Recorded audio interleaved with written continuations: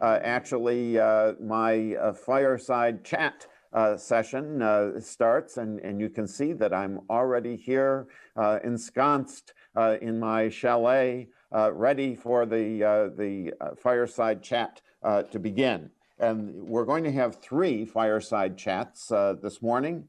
The first of them, which I will be moderating, is entitled, "What is the function of ADA2? Can we design a research agenda to answer that question?" And I have with me five individuals who are leading lights in this field of the functional analysis of the ADA2 protein. I'm not going to give lengthy introductions of people, or we'll end up just spending our time citing all of the amazing credentials of our speakers. But they include Dr. Sonia Sharma, who is from the La Jolla Institute of Immunology in La Jolla, California. Dr. Michelle Proetti, who is from the Center for Chronic Immunodeficiency in Freiburg, Germany. Dr. Peter Grayson, who is from the National Institute of Arthritis, Musculoskeletal, and Skin Diseases in Bethesda, Maryland. Dr. Kazushi Izawa, who spoke to us yesterday from Kyoto University Hospital in Kyoto, Japan. Oh my goodness, and I left out, how could I have done this? Ole, of all people to have left out Ole Greiner Tollersrud, who has been a regular attendee, and I left him off. How can I have done this? Well, anyway, Ole, please excuse me, and we will insert him into the rotation of presentations in his appropriate place. But in any case, we're going to start out with Sonia Sharma, who is going to talk to us about some of her fascinating work. Sonia, take it away. Okay, so good afternoon, everybody. It's a pleasure to present a talk in our fireside chat that is going to focus on ADA2 function. And the talk I'll be giving you today relates to a paper that was published recently by my lab in Science Advances related to the function of ADA2 as a regulator of purine metabolism and of innate immunity in endothelial cells and monocytes.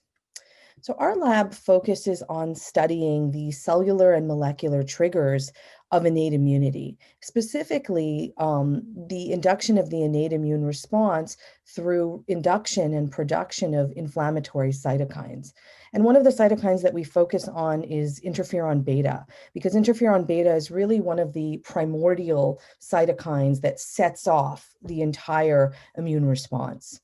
And being such an important cytokine in induction and initiation and the origins of inflammation, and there are many pathways to interferon beta, many pathways that cells can use to trigger interferon beta. So the one that I'm just showing you here is one of the kind of recently well-characterized pathway that involves cellular sensing of danger signals. And these are nucleic acid danger signals. So what do I mean by that? I mean atypical or mislocalized nucleic acids that could come from viruses or bacteria, or they could even come from damaged cells.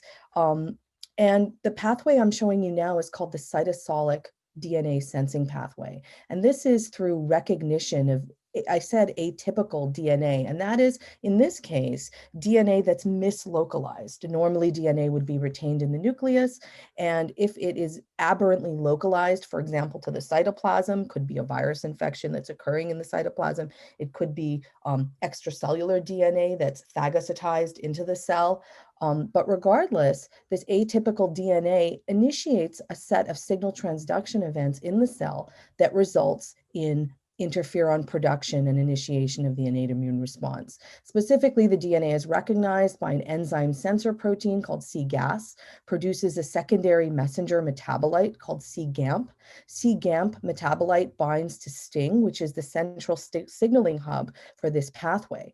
STING then recruits the key kinase TBK1, which phosphorylates the transcription factor, IRF3. IRF3 translocates to the nuclease, binds the promoters of the interferon beta cytokine cytokine locus, as well as many other cytokines. Okay, so many other inflammatory cytokines are co-regulated with IFN beta. But regardless, IRF3 activation induces interferon. And so in my lab, we initiated a set of unbiased gene screening experiments in primary human cells, at first in primary human endothelial cells, in order to further understand IRF3 and IFN beta signaling.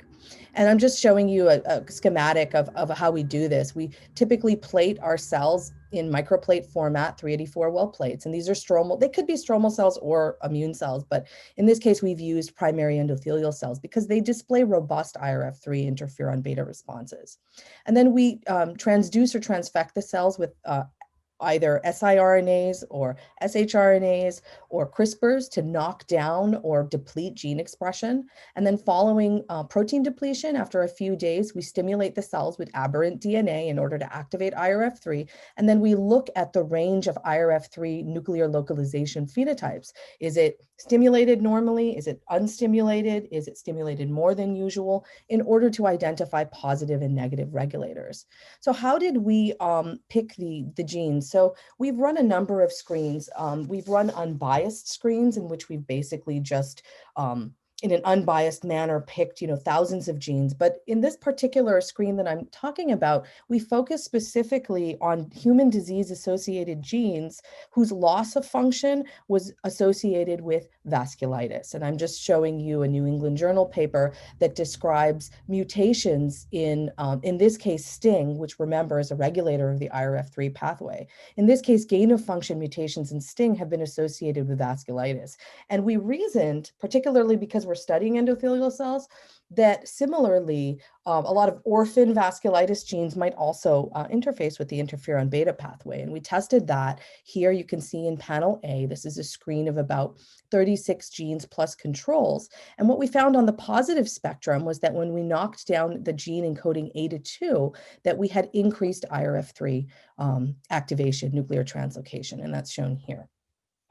And one thing we noticed right away was this did not only occur when we used DNA as a stimulus, but also other aberrant RNA, nucleic acids like RNA or certain TLR ligands. So it didn't seem to be specific to the DNA pathway.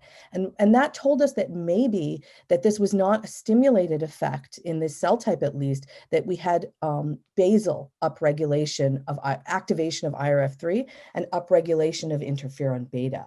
Because interferon beta, one of signaling, which is downstream of IRF3 activation, primes the whole pathway for being sensitized. And indeed, you're looking here at a Western blot at phospho-IRF3, and you can see compared to the control cells, which have no baseline IRF3 phosphorylation, if we knock down ADA2 in these endothelial cells, these are HUVEC cells, we have baseline IRF3 and also TBK1 phosphorylation, and that's quantified here. So this really seemed to be an unstimulated, spontaneous induction of IRF3 and IFN beta.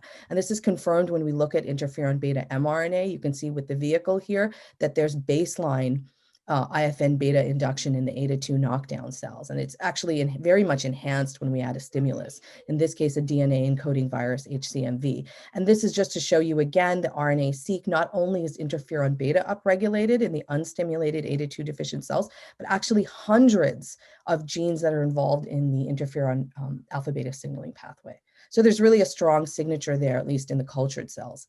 And then we looked a little bit at ADA2 expression in different cell types. So what you're looking at here is the ADA2 mRNA by TaqMan PCR in 4 different human endothelial primary lines that are derived from kidney, brain, skin, as well as the umbilical cord. And they all expressed ADA2 RNA, as did the monocytic U937 cells. When we did an ELISA to look at extracellular protein, we also noted that all of the cells, all of the endothelial cells and the monocytic cells that expressed ADA2 protein also secreted ADA2 into the supernate, in the condition supernate, and we picked that up by ELISA. One thing we noted was that when we did Western blots, of whole cell lysates of these cells, and I'm not showing you this data, and it's been published by others, that the endothelial cells do not retain intracellular ADA2 protein. So when we do a Western blot of whole cell lysate, the blot's blank, unlike monocytic cells such as U937, which do appear to keep ADA2 stores inside the cell. However, our ELISA came positive, indicating that endothelial cells secrete the bulk of their ADA2, all of their ADA2, and this was confirmed here by a Western blot. Basically, we're looking at 2 different HUVEC endothelial donors, and we can run a Western blot and detect ADA2 protein in the supernatant. So we know that we have ADA2. Now, is it active? So now we performed ADA2 activity assays, and this was basically based on de novo conversion of a labeled deoxyadenosine substrate and conversion into deoxyinosine. I'm sorry, the label's wrong here and I forgot to fix it. But when we looked at intracellular total ADA activity, what we found is that control cells have activity. When we knock down ADA1, which is the intracellular homologue of ADA2, we reduce most of the intracellular activity. But supporting our Western blot results, knocking down ADA2 had no effect on intracellular ADA2 levels in HUVEC cells, in endothelial cells, because remember, as I said, they secrete most of their ADA. And extracellular ADA2, however, was a different story, because when we knock down ADA1, we lose only a marginal ADA activity, but when we knock down ADA2, we lose pretty much all of the extracellular activity. And with that in hand, we performed some rescue experiments for cytokine expression, IFN beta, RANTES, CXCL10, as well as ADA2 activity. And what we saw was that the addition of recombinant ADA2 to ADA2 knockdown cells to the extracellular milieu inhibited that cytokine signature. And our theory holds that if this is based on ADA activity, that this should also be achieved by ADA1 if we add it to the extracellular milieu. And indeed, that's the case. Recombinant ADA1 also can inhibit the cytokine signature and also restore activity. And this was all inhibited by pentostatin, which is an inhibitor of adenosine deaminase. So that really pointed to a mechanism that involves extracellular nucleosides. So we treated cells with ADO or DADO extracellular nucleosides, and you can see that DADO really efficiently induces IFN beta right on its own, and that's a novel result. And not only that, but it appears that when we culture ADA2 knockdown HUVEC with wild type cells, which express ADA2, we can induce an interferon beta signature in a paracrine manner in the wild type U937 cells when they're co-cultured with knockdown endothelium. Really confirming that there's a paracrine effect here. So we did some work to show, which I'm not showing you, that this effect of extracellular purine nucleosides, DADO, required cellular uptake. And I'm not showing you that data, but that forced us or caused us to look at intracellular metabolism. So here's just the schematic showing you purine cellular metabolism. There's 2 pathways, 2 main pathways, the purine degradation pathway and the purine salvage. And keeping these in mind, we performed unbiased steady state mass spec metabolomics to compare control cells and ADA2 knockdown cells. And what we found were significant defects in purine degradation. That is, we saw an increased diino and increased hypoxanthine in the ADA2 knockdown cells. And this was in steady state, but we also found it when we did a de novo kinetic analysis in the cells, that if we just acutely gave the cells a labeled DADO, that, as little as 5 minutes after, we were seeing accumulation of labeled diino. So this really told us that there is in ADA2 knockdown cells, that there are changes in the purine degradation pathway, specifically with the conversion of DADO to diino, and this occurs by ADA1, if you remember. And so what we think is happening is DADO is being taken up by ADA2 knockdown cells and converted inside the cell to diino instead of outside the cell. And this was confirmed by knockdown experiments where we knocked down ADA1 in ADA2 knockdown cells, and we actually lose the interferon beta. Not only that, we can treat cells directly with diino and an inhibitor of the enzyme that catabolizes it, and also induce IFN beta. So I'm not going to go into the full mechanism right now, but it has been known that accumulation of intracellular purines, ADO and DADO, and now we show diino, are linked to inhibition of other metabolic pathways, specifically the methionine SAM metabolism pathway. And this controls transmethylation in the cell. And inhibition of this pathway by DINO, we showed, interferes directly with methionine SAM and genomic DNA methylation, in that the ADA2 knockdown cells, and you're looking at that here, actually show pretty profound hypomethylation. Okay, and when we looked at where this hypomethylation in ADA2 cells was localized in the genomic DNA, we found that it was localized to promoters. And what kind of genes? Well, not really cytokines, not really IFN beta, some signaling proteins, but we found that there was hypomethylation of endogenous retroviral elements, viral elements that are actually heavy methylated, and when they're demethylated, they are expressed and trigger, because they're aberrant RNAs, trigger the type 1 interferon response. And indeed, what we found, and I'm just showing you the functional data, that ADA2 knockdown cells upregulate dozens of these ERVs. And these ERVs, you can look down here, their induction is insensitive to interferon signaling, indicating that they're really de novo triggered in ADA2 knockdown cells. And not only that, they are in fact immunogenic, because if we overexpress these ERVs, the number one ERV that was induced in ADA2 minus cells, ERV-K28, we can see induction of interferon beta on its own. And so here's just our end schematic slide showing us that in normal, quote unquote, cells that express ADA2, normally, if extracellular purines go up, if levels rise in circulation, ADA2 converts them to DINO, and then they can get converted to uric acid by a series of steps, usually in the liver. But if this happens in the absence of ADA2, instead of being catabolized outside the cell, the excess DINO is taken up into cells, is converted inside the cells, and intermediates such as DINO accumulate and have secondary effects on cellular metabolism, such as an inhibition of SAM, inhibition of DNA methylation, expression of ERV, and then induction of the type 1 response. So in conclusion, what we showed is that loss of ADA2 triggers spontaneous IFN beta in endothelial cells and monocytic-like cells. The mechanism involves paracrine D8O signaling and D8O uptake, and I didn't show you that data, but we have published that.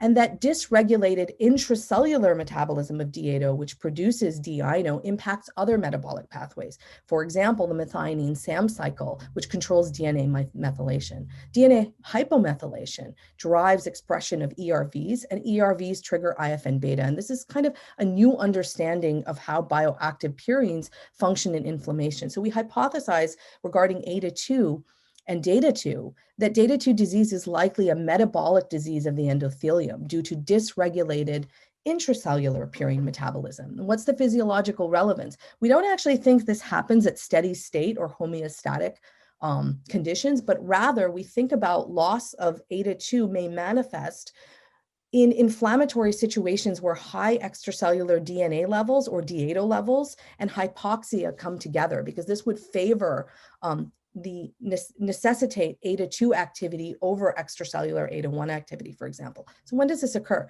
Ischemia reperfusion during myocardial infarction, in the tumor microenvironment, during NETosis. And that's where I'm going to end and thank my lab, Reka, Ian, and Mariko, who did the work, and my collaborators, and end there. Thank you so much. Thank you so much, Dr. Sharma, for that wonderful talk. I do just want to interrupt for a second to remind everyone that we do have the question box open on the website, and we will be taking your questions, and then at the end of all of the 5 presentations, we will have a panel discussion, fireside chat, if you will, where we will answer those questions. And I see that there's a paucity of questions in the Google document right now. And so let's have a contest to see how many questions we can get in the next 45 minutes or so. So anyway, with that, I will turn it back to the speakers. And I believe that at this point, Ole, who had been excluded, who had been forgotten, the forgotten Ole, is now going to present. Hello, friends. Here, just in my first slide, I want to show you Tromsø. We are approaching the dark period, as you see. For the last 5 years, I've been working on the purification of ADA2 from porcine brain. The purification occurs in 3 stages. The first is an enrichment of lysosomal glycoproteins through the heat treatment and the binding to a lectin affinity chromatography called concanavalin A that binds to the sugar chains. The second step is an enrichment of ADA2 through the differences in isoelectric points, the native molecular masses, and the binding affinity to hydroxyl apatite. And the third last step is an enrichment of the ADA2 specific DNase activity. I will come back to that later. So when we purify ADA2, you can see a single band of about 57 kilodalton, and you can analyze the protein structure by mass spectrometry. And you see the tryptic peptide sequences here in red. And by Edman degradation, we also found the N-terminal sequence. So we have the whole polypeptide chain of the mature protein. In blue is a tryptic peptides containing N-glycosylation sites. And in ADA2, it is 3 N-glycosylation sites, 122, 171, and position 375. When we analyzed the glycan structures linked to N375, we found that the protein, the tryptic peptide contains several different glycan structures, and we actually found 17 different structures linked to N375. One of them, as is circled down on the right, is a mono-6-phosphorylated glycan. And if you analyze the glycan structures to all of the glycosylation sites in porcine brain ADA2, we find that they are different in all glycosylation sites. We have a great deal of heterogeneity. And here, circled, I show what appears to be trimmed glycan structures, which you cannot find in any secretory protein or membrane protein. Appears to be typical for lysosomal proteins. In the squares, you can see these stars, which represent phosphate groups. So to each of the glycosylation sites, there are phosphorylated glycans, which are related to, seems to be related to sorting to the lysosomes. This is from a textbook, and you should see here that the lysosomal proteins are phosphorylated in cis Golgi compartment, and then they are sorted via the mono-6-phosphate receptor in a trans-Golgi compartment and transported to the lysosomes. That's a typical lysosomal transport. And in the lysosomes, you have a proton transporter that causes the pH to go down to about 4.5. This is the pH of the lysosomes. And you also see here that it is a removal of phosphate. And that's caused by an acid phosphatase or a lysosomal phosphatase. And if you think about this, you would also agree that since there are many exoglycosidases also in the lysosomes, you can also get a trimming of the glycan structure. And I show this in my model here, that you have many different exoglycosidases that can cleave these glycan structures. And when you get the cleavage, you can get these small trimmed glycan structures that we observed linked to ADA2. And if you look at the glycan structures that we have obtained, all of them can be explained by cleavage by different lysosomal exoglycosidases. So part one of my structure, of my talk, I have shown that ADA2 is a mono-6-phosphate dependent, and it is we have found a new domain in the structure of ADA2, which is peptide patches for phosphotransferase binding. This is called the PPP domain, and where this domain is located in a structure we don't know, and that is required for mono-6-phosphorylation and lysosomal sorting. So we can conclude that from the biochemical studies that ADA2 is a mono-6-phosphorylated, mono-6-phosphate dependent lysosomal glycoprotein. And in the literature, it is shown by Saviano that the increased secretion of ADA2 occurs in activated macrophages but that conforms to the increased secretion of all mono-6-phosphate-dependent lysosomal proteins due to downregulation of the Golgi-located phosphotransferase activity.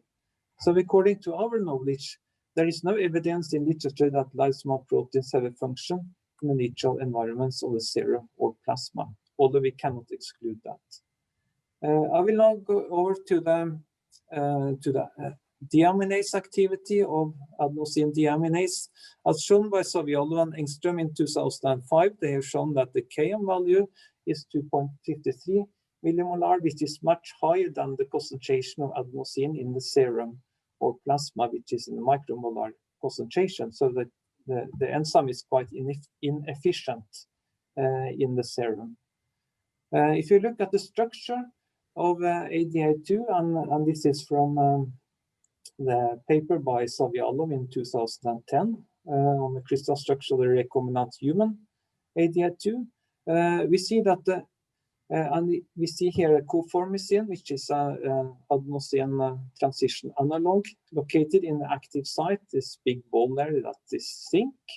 And we see here that it's several amino acids in ADA2, glutamic acid 182, histidine 267, and aspartic acid 89, which are positioning the ribose unit within the active sites. But in ADA1, these amino acids are replaced by hydrophobic amino acids, which means that ADA1 is not only able to deaminate adenosine. So this position of ribose is unique for ADA2. When we position by Volclam modeling adenosine monophosphate in the active site of ADA2, it appears that we can see two reaction centers.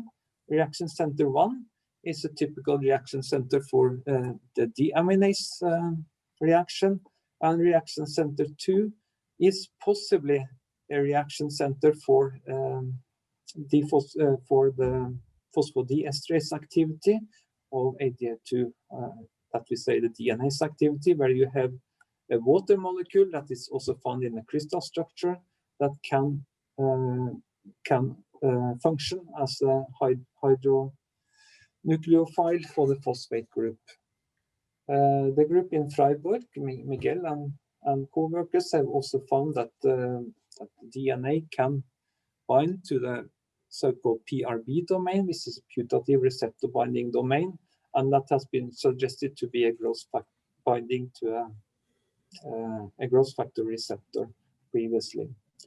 When we analyzed the purified ADA2, we found that it has really a DNase activity, and it has an optimal activity at between 4.4 and 4.9, which is similar to the lysosomal pH. If we now look at the activity, we also see that the enzyme is likely a nicking endonuclease, that it can only cleave one strand at a time. So at the low concentration, you get transformation from a supercoil to a nicked circular, and at higher concentration of the enzyme, you get smaller DNA fragments. When we analyze the enzyme from porcine brain, we find that the isoform that binds very strongly to heparin cephalose also have a very high DNase activity, specific DNase activity, and since heparin is a DNA mimic, we think that possibly that has to do with the affinity of ADA2 to DNA. We have made a big effort to try to show that ADA2, that the DNase activity of ADA2 is not due to DNase 2. From porcine spleen, we have found that ADA2 is actually eluting at a low concentration on hydroxyl apatite at about 0.05 molar, while DNase 2 has a much stronger binding affinity, and it indicates that ADA2 related DNase activity is not due to DNase 2. So as a conclusion, we have shown that ADA2 has a DNase activity with a pH optimum similar to lysosomal pH. And our molecular modeling have revealed a putative new reaction center for the single-strand phosphodiesterase cleavage by ADA2. And now I have finished my part of the talk, and I will let Miguel continue. Thank you. So hello to everyone. I'm going now to kind of expand a bit on data that Ole already presented from a different point of view, human point of view, that allow us to kind of conclude that, on our opinion, ADA2 is a lysosomal DNA regulating the type 1 interferon response. So as you all know, ADA2 is preferentially expressed in monocyte and macrophages. And what we did here is to confirm in humans that ADA2 is actually a lysosomal protein expressed preferentially in monocytes. Here you can see with different techniques like immunohistochemistry in TG Bolmadi macrophages on the left, confirmed by immunofluorescence, and also confirmed on the top right on peripheral monocytes. And you also know that ADA2 is characterized by the increased interferon signature. What you can see in this slide is a selective proteome analysis of monocytes, and monocytes proteomes from ADA2 patients, they show a significant relevant increase in the interferon signature. And this was confirmed also, let's say, in a cell-intrinsic model, so outside the patients. And in this slide, you can see that the interferon signature can be replicated in vitro in cell line, just abrogating the expression of ADA2 via CRISPR-Cas9 technology. Because of the lysosomal localization and the interferon signature, we asked if ADA2 could be involved in nucleic acid sensing of monocytes. Ole already showed you what happens when you incubate porcine brain ADA2 with double-strand DNA. And what we did here is to produce human recombinant ADA2 and test the recombinant protein for an activity versus double-strand DNA. And as you can see here on the left, also the recombinant human ADA2 shows a DNase activity which is optimal at CDPH and low salt concentration. On the right side, you can see that this activity is also correlating with the ADA activity, because here you can see different missense variants, let's say, selected from patients and described to be pathogenic. And this, you can see here, we could also select some, let's say, variant that show reduced ADA and reduced DNase activity. And somehow telling that possibly, but this we still don't know, the two mechanisms can be kind of related in terms of structural, for example, property of the protein. And what happens, so then we want to, let's say, go a bit deeper in what are the signaling connecting the DNase activity of the protein of ADA2 with the interferon signature. Here you can see like show a brief representation of what they are a major signaling pathway involved in production of type 1 interferon in monocytes. And you can see them like, for example, MAVS that is mediating signaling of double-strand RNA, or MyD88 via toll-like receptor signaling, or STING that is mediating signaling of double-strand DNA via the cytosolic SIGA sensing.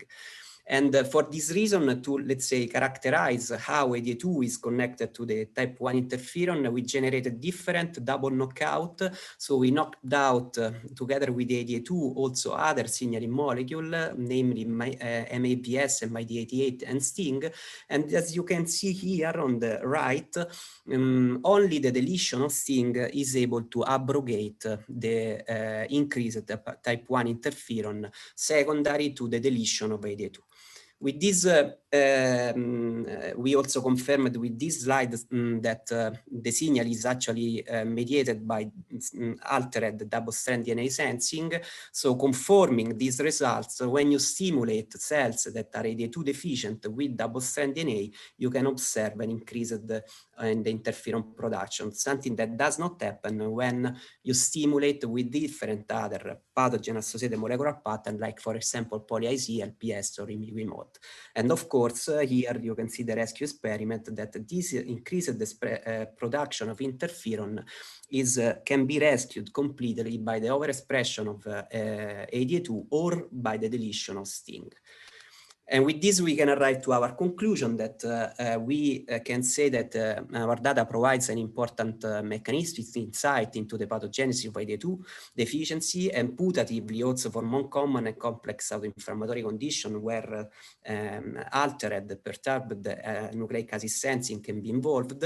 And we also show that ADA2 has an inherent appreciated DNA function, and that this function is essential for regulating nucleic acid sensing, in particular in monocytic cells, with a selective specificity for the SIGA-STING pathway.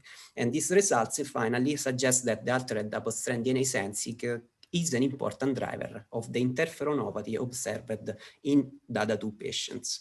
Here, all the people involved in this, in our work and in our results. And thank you. All right. Well, thank you so much, Michelle. And we're just taking a brief interlude here to remind everyone to put their questions into the question box. We have Questionopedia going on here right now. Only 10 questions so far. Now, it may be that you're just so enraptured in these talks that you haven't even thought to pose a question. But please do, so that we will have a stimulating discussion of these wonderful talks once we have completed the 5 talks. So with that having been said, let's go back to the talks. Peter Grayson, take it away. Hello, everyone. I'd like to thank the meeting organizers for asking me to talk today. The title of my talk is Adenosine-Mediated Myeloid Inflammation, Novel Therapeutics in DADA2. And this talk is happening within a session that's asking a critical question in DADA2, which is, what is the function of ADA2? And I think that question actually implicitly speaks to a broader question, which is, can we target therapeutically the fundamental biologic problems in DADA2? And I think understanding a role for ADA2 and how it's mediating clinical features of disease ultimately may lead us towards more effective and directed therapies in DADA2. Now, you may ask the question, why do we need more therapies in DADA2? Because the existing ones are actually excellent. And that is true. And work from a lot of groups at this meeting, including Dr. Amanda Umbrello, have definitively shown that TNF inhibitors are life-saving in DADA2, both for treating inflammation and for prevention of stroke. However, there are certain scenarios in which we run into problems with TNF inhibitors in DADA2. For example, access to biologic medications may be a barrier in certain parts of the world. And patients can have intolerance or contraindications to this class of drugs for reasons related to tuberculosis, heart failure, or lymphoma, among others. Some patients are diagnosed with DADA2 when they're completely asymptomatic or just have a mild case. And these patients may not wish to take biologic injectable therapies. And finally, we've all seen patients who are partially controlled on TNF inhibitors, but who have breakthrough symptoms for which additional therapy is required. All of this speaks to the fact that I think there's still room for therapeutic advancement in this disease. This is a histologic picture of affected gastrointestinal tissue in a child with DADA2. And you're seeing in the dead center of the screen an example of mesenteric arteritis. And all of that inflammatory infiltrate that's throughout the specimen is mostly myeloid cells. It's mostly comprised of neutrophils and macrophages. And in the initial descriptions of DADA2, there was really nice work to detail the effect of the mutation on monocyte macrophage biology. And our group subsequently looked at maybe the role that neutrophils would play in this disease. And I presented a lot of this work at the last DATA2 meeting, I wanted to review some of it with you, and I also wanted to extend it and show you how other groups are working in different diseases in this same space and how we may learn from them and apply what they're doing therapeutically to DATA2. So our group was very interested in the role that neutrophil extracellular traps, or NETs, may play in DATA2. And this is a form of cell death unique to neutrophils, whereby a neutrophil can extrude a meshwork of DNA studded with neutrophil granular proteins. And the putative role of NETs is host defense against microbes. But this process has been dysregulated in a number of autoimmune and autoinflammatory diseases. And one thing that's common to diseases in which NETosis is dysregulated is vascular dysfunction or vascular inflammation. And that makes DATA2 a perfect candidate for which NETosis could be involved in disease pathophysiology. These are pictures of NETs, immunofluorescence microphotographs of neutrophils. The blue is a DNA stain or a DAPI stain, and you can see intact neutrophil nuclei. And when the blue co-localizes with red, which is a stain for myeloperoxidase, it defines these pink, long, wispy structures, which are neutrophil extracellular traps. We did some immunohistochemistry, and we looked and showed that NETs are present in affected tissue in patients with DATA2. And we wondered, what was the trigger? What was triggering NET formation in these patients? We figured that this had to do with adenosine biology, given the fact that their mutation was in ADA2. And one of the things we looked at was whether or not patients with DATA2 have elevated extracellular adenosine concentrations. And we saw a twofold increase compared to age-matched controls. I will mention that these were patients with DATA2 that were studied in a clinically quiescent state when their disease wasn't felt to be obviously active. And you can see a twofold increase in their extracellular concentration of circulating adenosine. So then that led us to wonder if adenosine can trigger NET formation. And these are neutrophils from healthy controls without any stimuli. And when we add adenosine to them, we see profound and robust NET formation.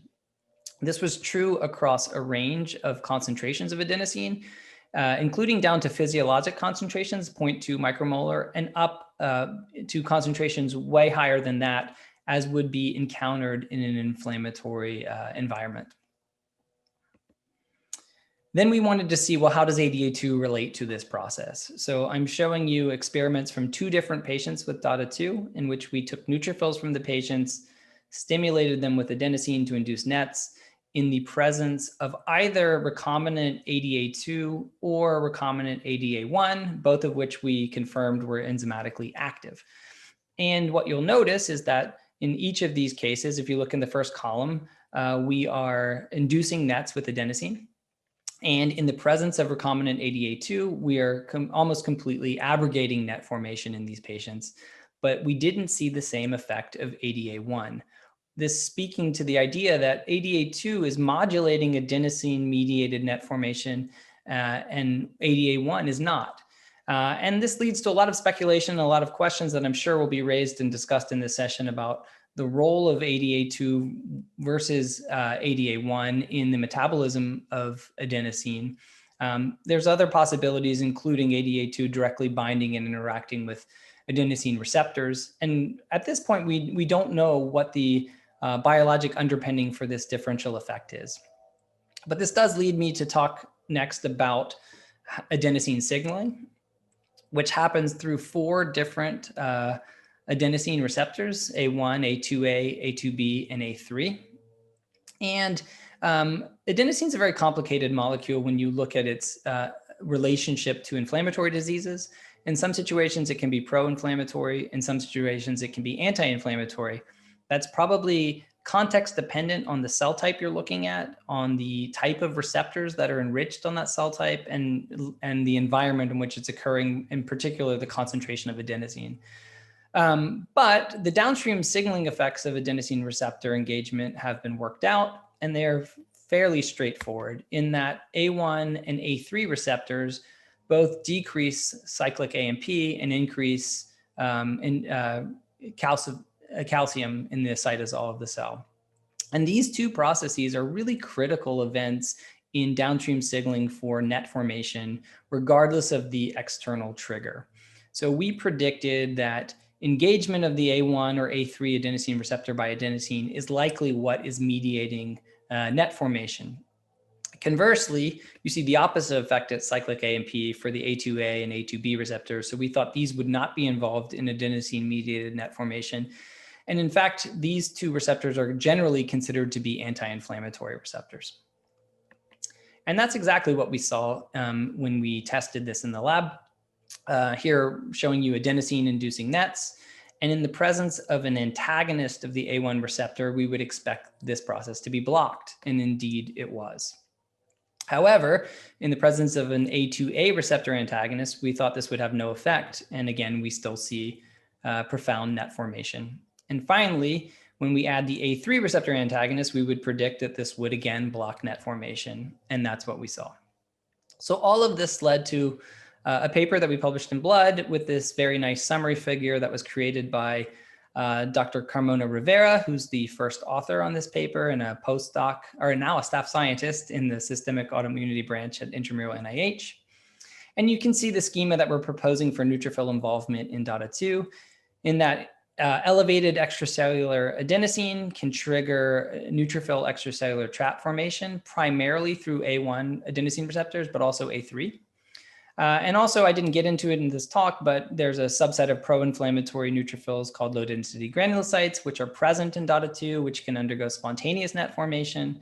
And these nets are ingested by macrophages, and it results in the production of pro-inflammatory cytokines, including TNF.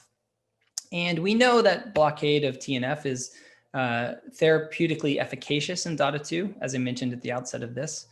But this really begs the question, could we modulate this part of the disease signal? Could we therapeutically block adenosine-mediated activation of neutrophils as an additional therapeutic in DATA2? And that's where I want to shift the rest of my talk and start talking a little bit more about parallel work that's happening in other diseases. I first want to point out that there are a couple of salient histopathological features of DATA2. One of which is endothelial damage, which can lead to vasculopathy or vasculitis in this condition. The second, as I've mentioned many times already, is myeloid-driven inflammation. And the final one is thrombotic signal. When you look at skin biopsies, for example, of patients with DATA2, presence of microthrombi are actually quite common. And these three components, endothelial damage, myeloid-driven inflammation, thrombotic signal, are also seen in a couple of other diseases. And one of them is antiphospholipid antibody syndrome. So around the time that we were putting out our paper in Blood, a group from Michigan was looking also at the role of adenosine on neutrophil biology, but they were doing it in the context of antiphospholipid antibody syndrome. And they, just like we did, discovered that adenosine was very potent to induce neutrophil extracellular traps. But they looked at things slightly differently. And the red arrow on the graph on the left is an A2A agonist. And they're showing that in the presence of an A2A agonist, they can block adenosine-mediated net formation. So this is the flip side to the coin that we were looking at. We were showing that if you antagonize A1 or A3 receptors, you can block net formation. They're showing if you agonize A2A, you can block net formation. And then that led them to think about an old drug called dipyridamole, which has been around for decades. It's used for its antithrombotic effect. And they knew that this drug actually modified the adenosine signaling pathway. And so they took serum from patients with antiphospholipid antibody, which is the graph on the right, and used that to induce nets, which they then inhibited with increasing concentrations of dipyridamole. This set them up to actually think about using dipyridamole as a therapeutic agent in antiphospholipid antibody syndrome, but then the pandemic hit. And that got them to thinking about COVID-19. Because if you think about COVID-19, it shares a lot of features with antiphospholipid antibody syndrome, and actually also probably with DATA2. In that, the disease is defined by endothelial cell damage. There is myeloid-driven inflammation, and there is a thrombotic signal. And so they shifted gears and actually have launched an ongoing randomized controlled trial looking at dipyridamole in COVID-19. First, they showed that neutrophil extracellular traps were enhanced in patients with COVID-19. And then they reasoned that dipyridamole is a phosphodiesterase inhibitor. And what the effect of it is to actually increase intracellular cyclic AMP. And as I mentioned to you, that is a very effective way to block net formation. They also theorized that dipyridamole modulates extracellular adenosine concentrations, although I'm not sure that's its primary effect. And then on the graph on your right, they talk about the potential roles of dipyridamole in COVID-19, that it could block net formation, that it could block platelet activation and thrombosis, that it could blunt endothelial cell activation, and that it could reduce production of pro-inflammatory cytokines by macrophages. All of those are actually relevant and germane to DATA2. So it asks the question, can we learn from this group? Can we learn from their initial efforts to try to therapeutically target adenosine-mediated inflammation and apply those lessons to DATA2? Or in other words, should we modulate adenosine signaling pathways as a treatment for DATA2?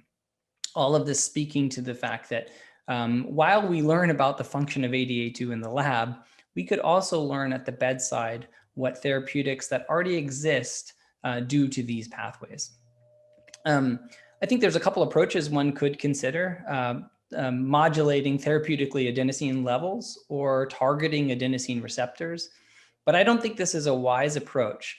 This biology gets complex very quickly, and I think it will be very difficult to do this in any way with a reliable output signal.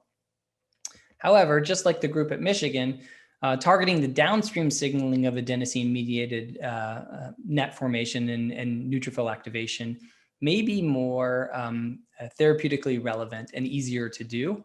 That would include dipyridamole, but there's also a whole other group of or series of phosphodiesterase inhibitors that could be considered. And one could imagine a situation in where these types of therapies, which are cheap, which are administered as oral medications, and which are readily and easily available, could be given as additive therapy to TNF inhibitors in certain patients with DATA2.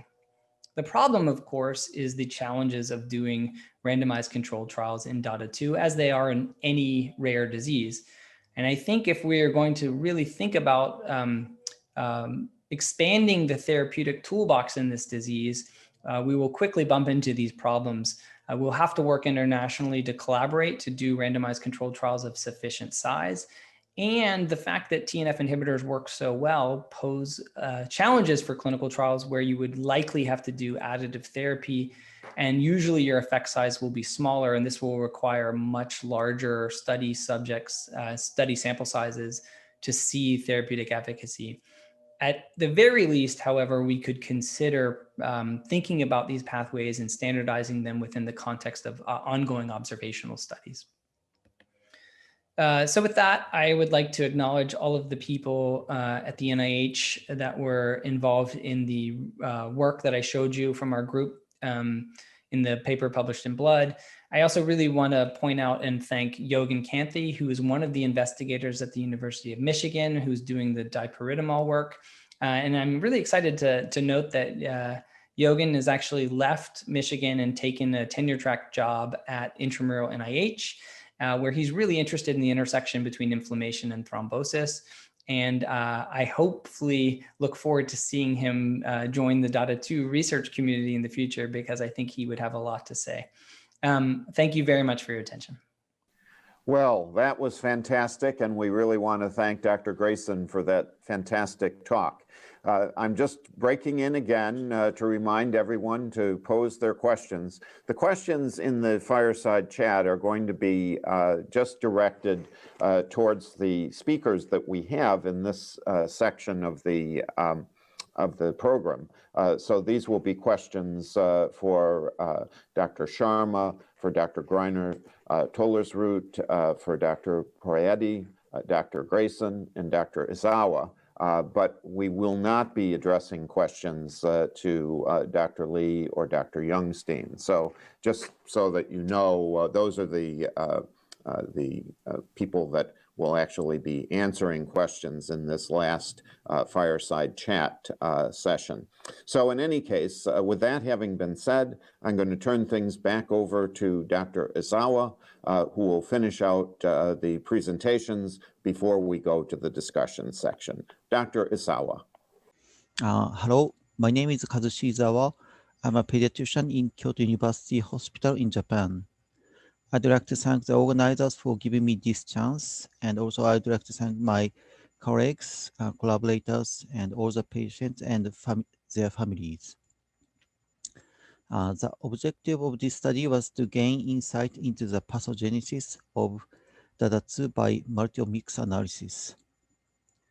There are 4 patients in Kyoto University Hospital, so we took blood from them before starting TNF inhibitors, and also after complete remission. And we conducted transcriptome analysis and proteome analysis and compared with healthy controls.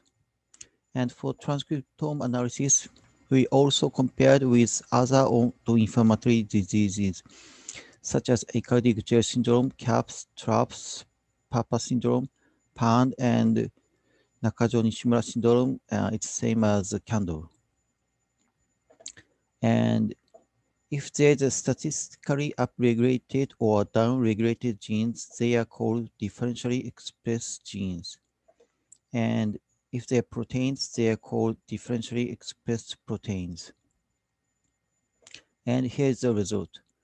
When we compared DADA2 patients before TNF inhibitors treatment versus healthy controls, 220 genes are upregulated and 41 genes are downregulated. And when we compared DADA2 patients after TNF inhibitors versus healthy controls, there are 107 genes upregulated and 38 genes were downregulated. When we compared to know what pathways changed, so when we compared before treatment versus healthy control, and 33 genes here were upregulated in both transcriptome levels and proteome levels. When we put these genes to gene ontology analysis, the top 5 pathway of the upregulated gene was here, and interferon gamma pathway and type 1 interferon pathway was listed in here. And similarly, when we compared after treatment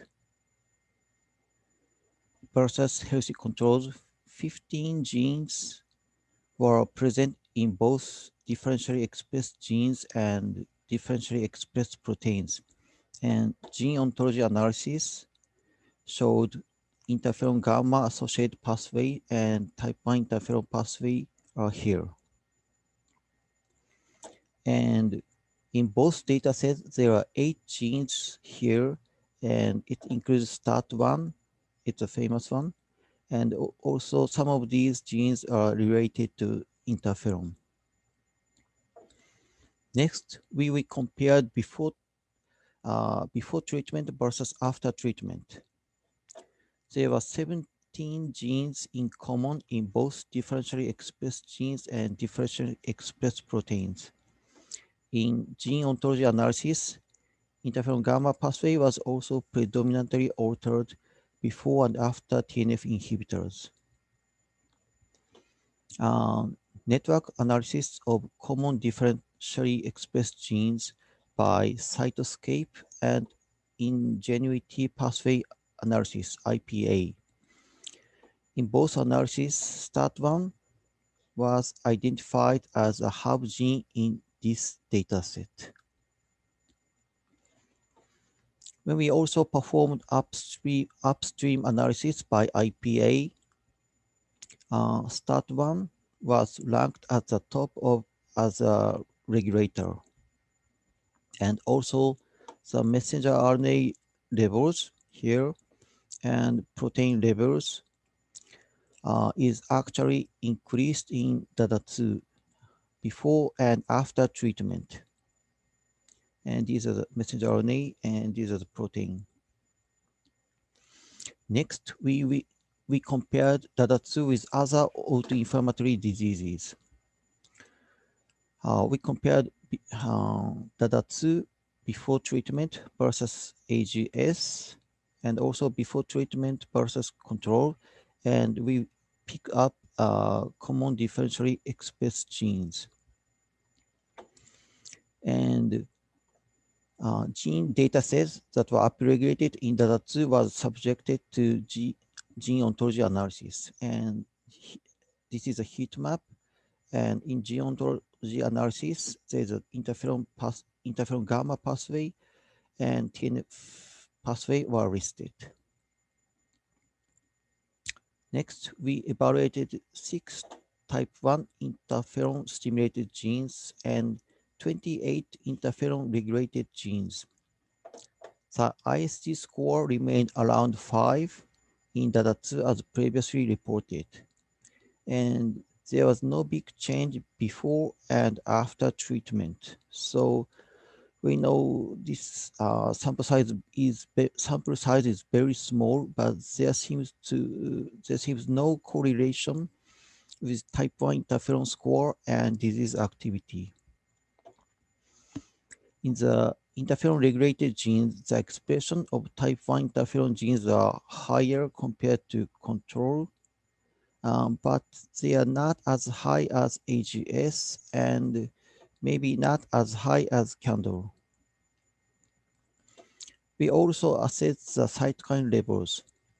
Also statistically not significant, interferon gamma, IL-18, and expression level of CXCL10 was increased before TNF inhibitors. And they decreased after TNF inhibitors initiation. There have been several reports for scoring of type 1 and type 2 interferon signaling using messenger RNA expression levels. I do not have time to explain the detail, but we used formula to calculate type 1 and type 2 interferon score reported in these 2 articles. X-axis is interferon alpha and y-axis is interferon gamma. And as you can see, these red circles are DADA2 before treatment with TNF inhibitors. And in both cases, DADA2 was interferon gamma dominant compared with control, and these are AGS and CANDLE. To assess whether STAT1 is activated in DADA2 patient, STAT1 phosphorylation was analyzed in PBMCs obtained after the initiation of TNF inhibitors. Unfortunately, we could not do this analysis before TNF inhibitors treatment. STAT1 phosphorylation in interferon gamma stimulated monocyte of DADA2 patient was higher compared to interferon gamma stimulated monocyte from healthy controls. These were the experiment in 2 patients and compared with 2 healthy controls, and the same result were obtained in the experiment from 4 patients compared with 1 control. Next, we used 3 guide RNAs, and using CRISPR-Cas9 technology, we knocked out ADA2 gene in human monocyte cell line U937. RNA was extracted from each cell line and conducted transcriptome analysis. In the left, there's a heat map of upregulated genes, and there's some difference, but it looks not so consistent. From gene ontology analysis, this is top 50 from 500 pathways.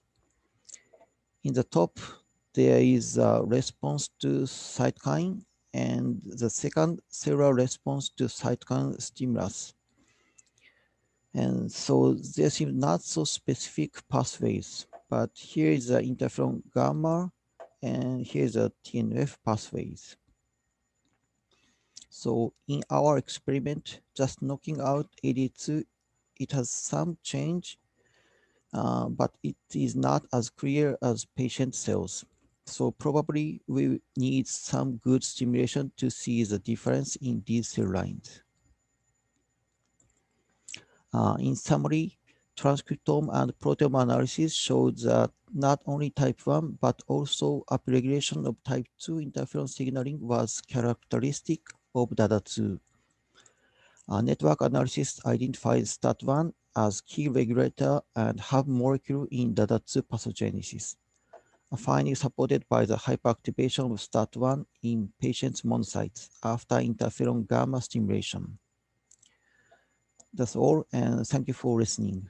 We're now in the question and answer section of the fireside chat, and it looks like we have lit a fire under the audience in terms of submitting a few questions, and I guess maybe just to put things in a little bit of a framework, it seems that at least two of the themes that are coming out of the talks this morning.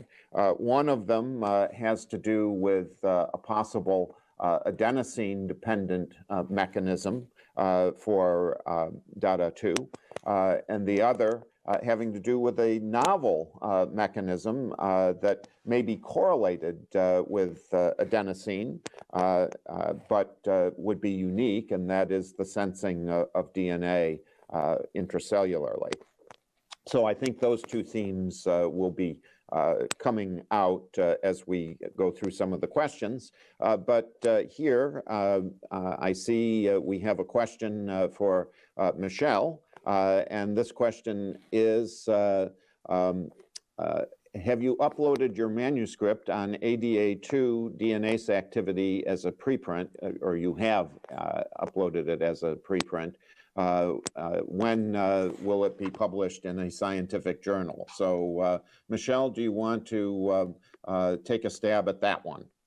Yeah, we have the paper currently under revision, and we are now performing the last set of experiments for the revision of the paper. It's currently under revision. Yeah, well, certainly I can sympathize with that. We certainly have been through that process ourselves many times, and oftentimes nowadays it can take a little bit of time in order to address the reviewer's comments, but certainly in the end, oftentimes the paper can be stronger for the response to the reviewer's comments. So anyway, now a question to Dr. Sharma. Your observations are heavily based on the fact that HUVEC cells secrete ADA2 in the cell culture medium. However, ADA2 was not found inside the cells. How did you detect ADA2 in the cell culture medium? What kind of kit did you use? Well, that's a very specific question. Dr. Sharma, do you want to tell us a little bit about how you detected ADA2 in the extracellular medium? Absolutely. That's a great question. And just to let you know, the paper and all the methods are fully published in Science Advances in July. So anybody can go back to refer to that if I forget something, or, so we have everything published. So we used several different methods to detect ADA2 in the extracellular milieu of HUVEC. The first and foremost, we used an ELISA kit. And I believe, I don't have the catalog number offhand, but again, it's published. I think it was the Cloud Clone ADA2 ELISA kit. So that was what we initially used. And we used a positive control in U937. That's number one. And then number two, we just ran a simple Western blot, and we used the Sigma antibody that I think several of us use. And that catalog number is also in the paper. One of the things that we did in the Western blot, just notably, and it's in the methods, is that in comparison to the ELISA, which we just ran cultured supernatants, In the Western blot, what we did was we had to culture the cells without FBS. And the reason was the FBS was interfering and warping the Western blot, which is a common thing. We didn't lyophilize anything. So what we did was we just took FBS-free cultured supernatants and ran those on a Western blot, the extracellular, and actually just blotted it with a sigma antibody. So that was the second method. And then since then, we've also, this is not published, but we've also just run the extracts on a mass spec and can pick up ADA2 peptides. So those three methods support each other. Okay, all right. Well, thank you so much for that. So another question for you, Sonia. First of all, you're congratulated on your fantastic work by the interrogator, and they want to know how you link your data with the fantastic response to anti-TNF agents in DADA2 vasculitis. So that's a great question, and that was a reviewer's question as well, and I think it's a really, really important question.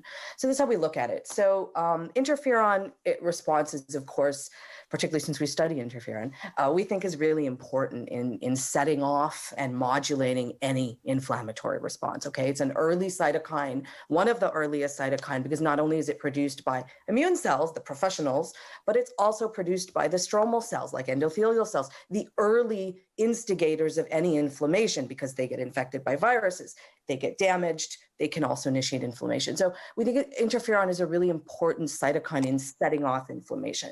And of course that makes, in keeping with that theme, we think interferon is important in regulating TNF.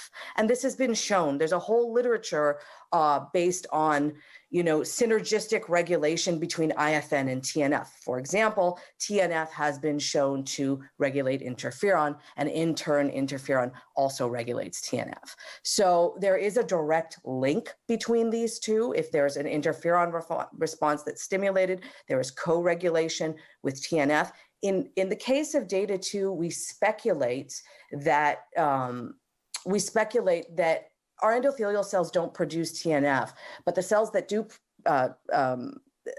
express TNF are monocytes and T cells. And what we think is that the interferon beta produced in the endothelial cells is directly stimulating TNF, for example, by triggering, for example, M1 macrophage polarization, because M1 macs produce a lot of TNF. And how does this happen? This happens through STAT1 activation. We saw that very nicely in the last talk, that there's nice STAT1 activation in the DATA2 cells, and that polarizes the M1 phenotype. Also, how does it do this? Interferon produces CXCL10, CXCL9. These are M1 promoting cytokines. So in this way, you have a very simple model where interferon by endothelial cells stimulates macrophages and also can stimulate TNF.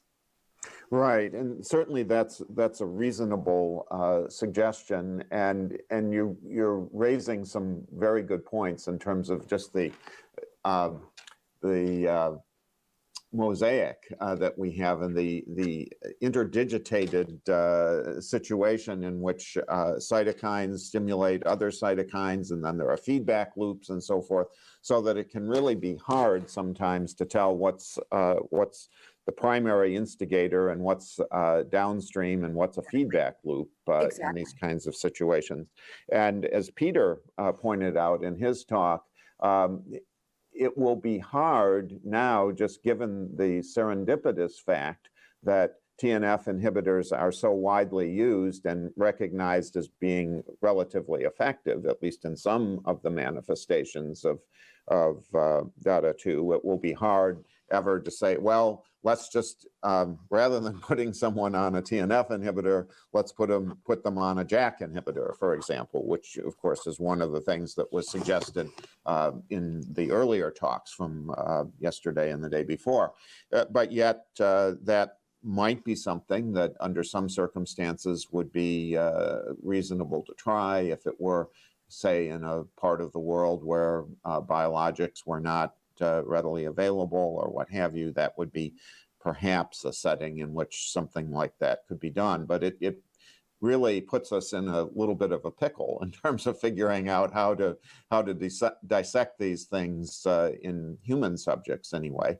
And that, of course, leads us to the question of animal models for DADA2, which at least right now we don't really have an effective animal model. Early studies were with zebrafish, but nobody has pursued that in terms of actually developing zebrafish lines, knockout lines, or what have you. One thing that you did mention, you know, with regard to this pathway, and then I'll stop asking questions and go back to the questions that are submitted to us. But you know, if I'm understanding correctly, your very reasonable hypothesis is that the endothelial cells perhaps are making interferon beta, which then stimulates macrophages to produce TNF, and that's kind of you know, the gist of it in terms of how this works. It doesn't work that way with regard to SAVI, you know, where in SAVI you have in the endothelial cells STING activation through de novo gain of function mutations in STING in the patients that have SAVI, which then, you know, supposedly would lead to interferon production, and that doesn't lead to something that's a TNF dependent process. That is to say, patients with SAVI don't respond to TNF inhibitors that well. Of course, you know, this is apples and oranges. I'm not asking you to you know, explain why SAVI is different from DADA2. That, in fact, did come up, you know, in the questions earlier as well. I think to Ed Cowan, you know, there was the question of, well, what's the difference between the skin lesions of SAVI versus DADA2? But I just wonder if you have any thoughts as to, you know, why it would be that DADA2 and SAVI might be different from one another. They might be very different. That's a really good question. I mean, two things immediately come to mind. One, maybe the degree of activation, as you know, SAVI is a direct STING gain of function. So it's a really strong, a much stronger signal if you compare them, right? Because in SAVI, I believe you can detect circulating interferons, whereas in DADA2, you really can't. So it may be a much more localized. So that's number one. The other one, and I think, and maybe this is somewhat punting, but, you know, considering Dr. Grayson's talk, you know, it's the X factor of adenosine and deoxyadenosine signaling and the whole purine pathway.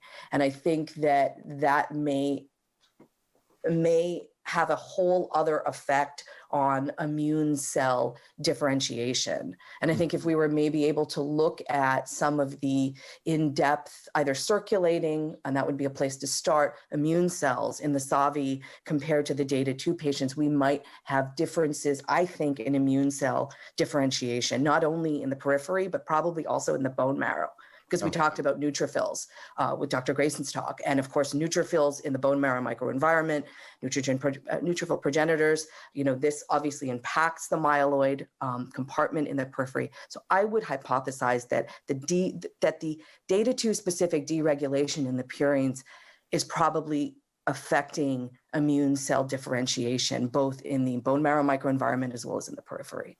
And that may, you know, and that may affect the differences we see in the phenotype. And then also with respect to interferon beta, you know, you have low levels versus high levels. But that's just speculation. But that's absolutely something I would look at next. Yeah, well, maybe we should, that's very reasonable. Thank you for those thoughts. And maybe Dr. Grayson would want to just comment on that hypothesis. Peter, do you have anything to add with regard to Sonia's hypothesis?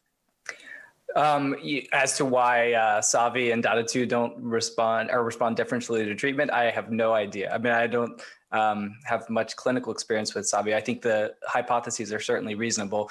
I do think that the theme for me from this talk, as you pointed out right at the beginning, is that there's probably multiple layers to this. The role of purinergic signaling seems to be a big and important one for us to think about.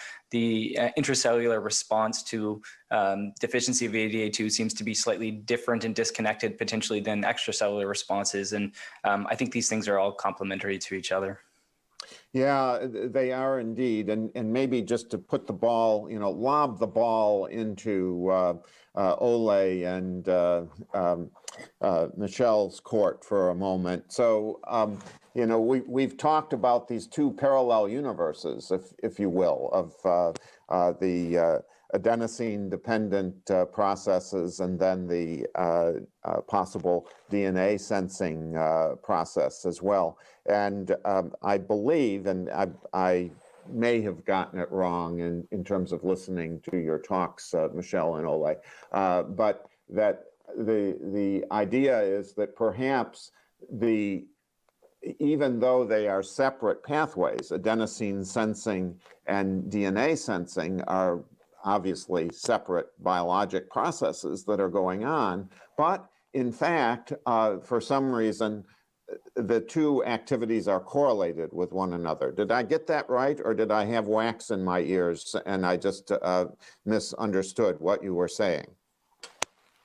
No, that you get right. So when we produce different mutants, and we produce like 30 different mutants and purify them. For many of them, it's impossible to produce and purify in a reasonable amount. But for the ones that we managed to purify, we have seen a nicely correlation between the two activities. So the least, let's say, less AD activity is also correlating with the less DNase activity. We did this experiment. This was kind of unexpected, so we wanted to. So we produced recombinant mutants because we wanted to exclude that we had some contaminants inside our protein purification, because this is the first things that you think that you can kind of think when you work on nucleases, both for RNases or for DNases. And that somehow, this experiment somehow excluded this, and so really correlated, really linked the activity, the DNase activity of ADA2 with the protein. And surprisingly, we also see a correlation between the two activities. This we still don't know. We are in discussing it, and we are trying to see if we can model different other form of mutants structurally to try to understand why. But we have still not an answer.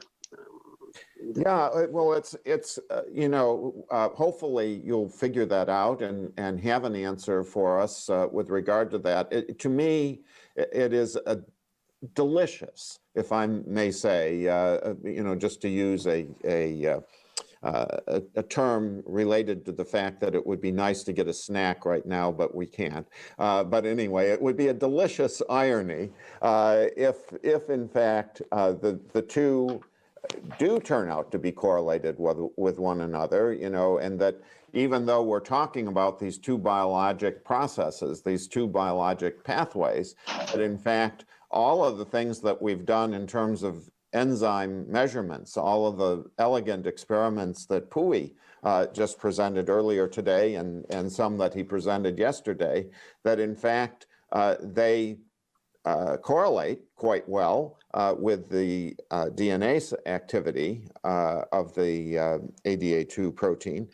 Can I just add something that for me it's important that somehow it doesn't probably was not pointed out correctly. So for us, what is also important is that we have found that the protein is in the lysosomes. So it's also a secreted protein, but it's also a lysosomal protein, and this is clear. It's clear in macrophages, it's clear in monocytes, it's clear in porcine brain ADA2, so the protein is lysosomal. And possibly the function that the protein has in the lysosome is different from the function that the protein has when it is secreted. This we don't know. But this is important. The protein is also a lysosomal protein. Right. Yeah, I get that. But then do I have it right that its function in what it's doing in the lysosome and with different forms of it, with different variants, DNA variants, mutations, whatever in it, that what it's doing in the lysosome at pH 4.5 or 5 or whatever correlates more or less with what it's doing as a secreted protein at pH 7 or whatever in the extracellular space. Is that true? Yeah, the two assays are run differently, of course, because you don't see any DNase activity at neutral pH, and vice versa, the ADA activity is reduced at lysosomal pH. still the two, when you analyze these two intrinsic activity in different mutants and you correlate them, you see a correlation between them. Yeah, so that's really cool. I mean, that's really, really neat, you know, if that turns out to be the case, because that could mean that all of the things that people have been doing for the last however many years it is, 6 years, measuring enzyme activity extracellularly, you know, correlates with the DNase activity intracellularly in the lysosome. And it may be, you know, you know, the best possible circumstance will be that, you know, both are right. You know, it's like the, you know, the chewing gum ad or the beer ad, you know, is it, you know, less filling or more tasty or whatever it is, you know, for the different kinds of beer. And, you know, that it's both, you know, that it does both things and both activities correlate with one another. And if you're measuring one, you're measuring the other.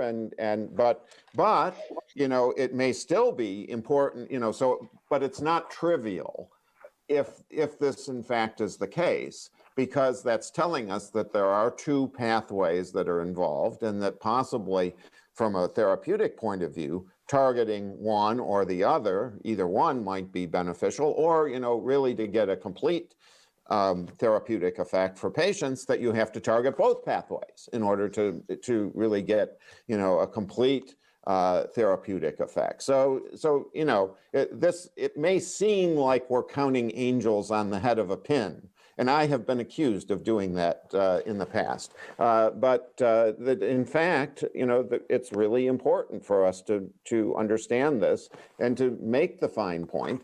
And of course, what Sonia, you know, has shown us is that perhaps even there's this feedback loop where, you know, the protein is outside of the cell, and also Peter, you know, that the protein is outside of the cell and it's not doing its job outside of the cell, and that affects what's going on inside of the cell, which then may have an effect on, for example, interferon signaling, as we found in the unbiased experiments from Professor Ozawa. So, you know, it could all fit together in a nice, neat package. That's always, you know, my hope is that, you know, we can sort of tie it together in some sort of unified approach. Ole, you know, especially after I snubbed you at the beginning, leaving your name out in the introductions, what do you have to say about all this? Do you think that this is true, or just a bunch of hot air coming out of the mouth of the moderator trying to fill up half an hour?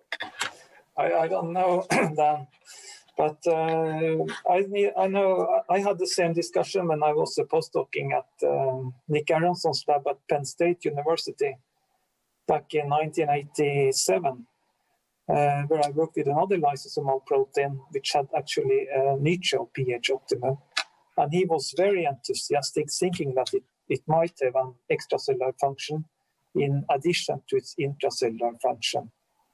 But to my experience, I don't have any clear examples of such lysosomal proteins. But I'm certainly it is a possibility. But I think that just now, I think we must try to take into us that this protein is really contains the domain for mannose-6 phosphorylation, and it's through evolution it has evolved into a typical lysosomal protein. And the fact that it is secreted by activated macrophages may indicate that it has an extracellular function. But for me, the evolution, when I look at the evolution, it looks like it's kind of, at least it's designed for lysosomal targeting. I think that's very difficult to get away from that fact. Yeah, well, and you know, just thinking about it from an evolutionary point of view, you're raising that question. And you know, you think about it, there are well-known examples of proteins that have more than one function in the body. One, and I'm probably going to get this wrong, but it's just somewhere in the back of my mind, I remember that crystalline, which is a protein in the lens of the eye, and of course very important in terms of vision, that actually that protein can also be, I believe, an alkaline phosphatase or something like that. And so there are, if I get that one wrong, I'm sure there's a gazillion others, where there are proteins in the body that actually have more than one function, and sometimes the functions are quite different from one another. Certainly there are a number of proteins that, just coming back to terra cognita, proteins that are involved in the immune system that we know also have a role in signaling in the central nervous system. And, they may have been discovered in one area or the other, but then it turns out that they have a role, in a totally different part of the body. So it could be that in fact, both are right, and that it's not one or the other, but in fact that we have both, and certainly it would have huge therapeutic implications for us if in fact both are right, and that we need to target both pathways in order to really have a full beneficial effect on our patients, so that would be great. Okay, well, with that having been said, oh my goodness, while I've been blathering, now we have 26 questions. When I started, we had like 10 questions or something like that. So this is scandalous. So let me just see what I can find here. Peter Grayson, you're on the spot. Hello. Could the difference between the effect of ADA1 and ADA2 on net formation be explained by LPS contamination of ADA2? It's possible. I mean, we do these in LPS-free conditions and test for that. So, when Dr. Carmona Rivera was doing those experiments, it's something that's routine in net-mediated assays because we know LPS is a potent stimulator of nets. So we didn't detect that. All right. Well, so here's another question for you. This one begins with the editorial comment, wonderful talk, thank you. As methotrexate is shown to work through adenosine pathway and maybe through different adenosine receptors, do you think methotrexate would be beneficial or harmful in patients with DADA2? Methotrexate is helpful in many types of vasculitis or vasculopathy patients, but does not seem to be as effective in PAN-like DADA2 patients. What do you have to say about that? I would say the connection between methotrexate and adenosine is a tale as old as time and extremely unclear to me. The idea is that methotrexate indirectly inhibits ADA1. You have increased intracellular concentrations of adenosine that get shuttled outside the cell. And if you're of the religion that adenosine is an anti-inflammatory agent, then that's the proposed link. I don't think that we're ever going to be able to sort that out. I don't really think that the adenosine effect of the adenosine biology and its relationship to methotrexate is probably the primary way in which methotrexate works. It's one of these things where it's like the rubber meets the road when you test the effect of patients. So, does methotrexate have an effect on patients with DADA2? I think that's more likely to answer the questions. But I think DADA2 and a number of other diseases where you have monogenic mutations affecting purinergic signaling are being discovered. And I think this is where these types of questions are going to be answered rather than trying to look at effects of methotrexate on drugs that are potentially related to adenosine. So I don't know. I think when you start talking about them, it's frightening to me that when you start talking about the fundamental mechanisms of the hallmark medications that we use all the time in rheumatology, and it quickly gets to hand waving because no one really knows how they work. It's scary, but I think it's the truth of our time. Yes, truer words were never spoken. And with that, it's 10:13:50, which means that we have to move on to the next fireside chat and try not to burn the house down in the process. So in any case, thank you all so much for those really wonderful talks. Thank you for participating in the fireside chat.